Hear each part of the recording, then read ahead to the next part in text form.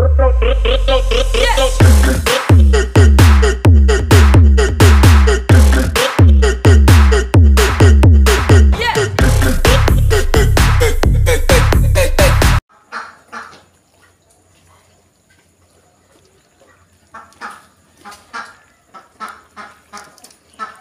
pagkain ng ating mga alaga.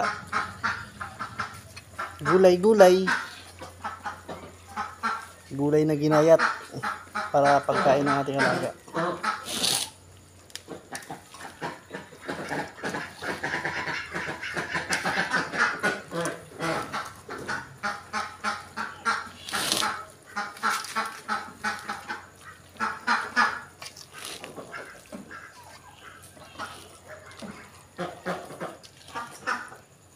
Para makatipid sa pagkain ng ating mga alaga, kailangan natin sipagan sa pagkuha ng gulay sa palengke.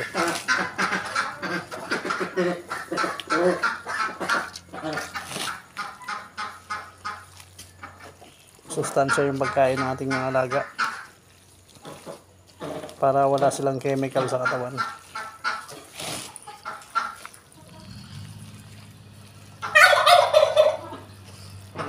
Tsaka yung ginagamit po natin na vitamins dito, Atobi.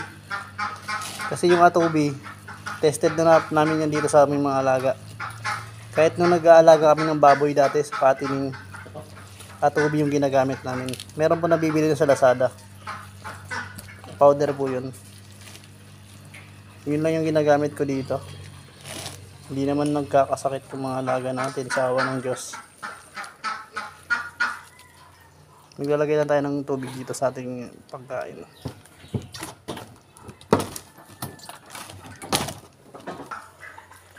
Nilagyan natin yung konting tubig. Tsaka haluin natin para yung mga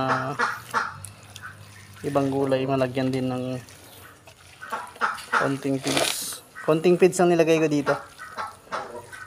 Yung gulay yung marami. Unlimited gulay na po sila ngayon kasi sobrang dami pong gulay.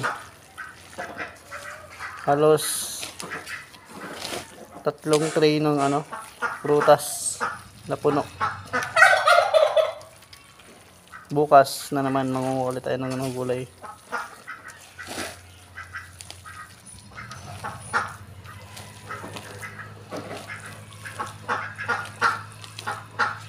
Sabi nga nila, wala daw mahirap sa taong may pangarap.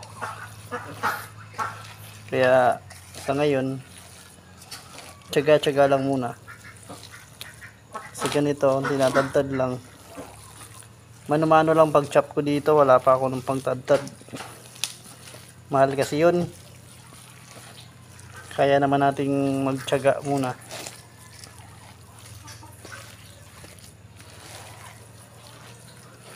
Tiyaga muna tayo sa mano-mano.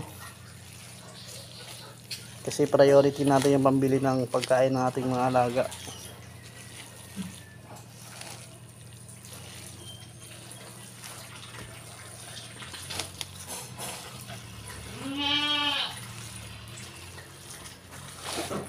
Yung pangatlong inahin na pabo natin, ang itlog na.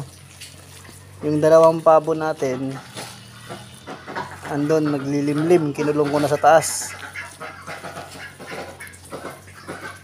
Diyan sila sa taas ng kulungan. Yung dito po, diyan nakakulong yung 2 pabo natin, naglilimlim. Ayan yung mga alaga natin. Konti lang yung alaga natin. Yung mga peking duck, manok. Ayun yung pabo. Nangingitlog na siya ulit. Ayan, konti pa lang yung alaga ko. Magdadalawang buwan pa na ako nag-aalaga ng pabo. Mga breeder na yung binili ko. Para mabilis sila dumami. Ayan na po, yung natin malapit ng mahalo lahat. Ayan lang, ang bango-bango. Nag-try ako mag-ferment ng gulay. Yung mga balat ng repolyo. Andyan sa drum. Nilagyan ko ng asin, tsaka asukal. Tsaka yung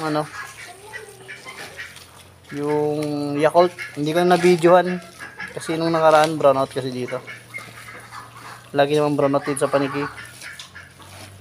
Kaya yung incubator natin, wala, nasunog. Buti sakto may naglilimlim na pabo. Nailagay natin yung mga itlog. Sana kahit kalahati mapisa. Kalahati sa bilang. Nasa 40 plus yung itlog ng pabo na nalilimliman ngayon. Sana kahit sa kalahati mapisa. Ayos na yun. Kesa walang mapisa. Papakain na po tayo.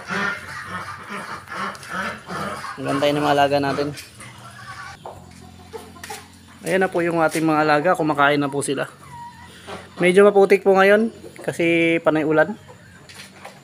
Pag nagkaroon tayong budget, papatambakan ko na ano to, ng buhangin. Marami pa dito nga ayusin sa ano natin, pabuhan natin. Kaya step by step lang para matapos lahat. Tsaka yung dito po sa taas, wala kasing alulod, kaya yung tubig andito sa loob yun na ano, sa loob bumabagsak.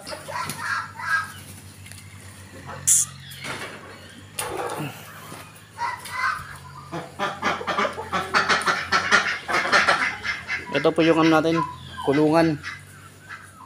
Pag makaparami tayo ng alagang pabo, dito ko gagawin sa breeder, itlogan nila. May ano tayo dito, native na nangingitlog.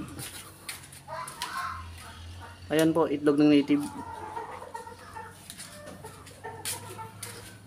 Ito yung dalawa nating pabo na naglilimlim. Ayan sila. Dalawa yan sila.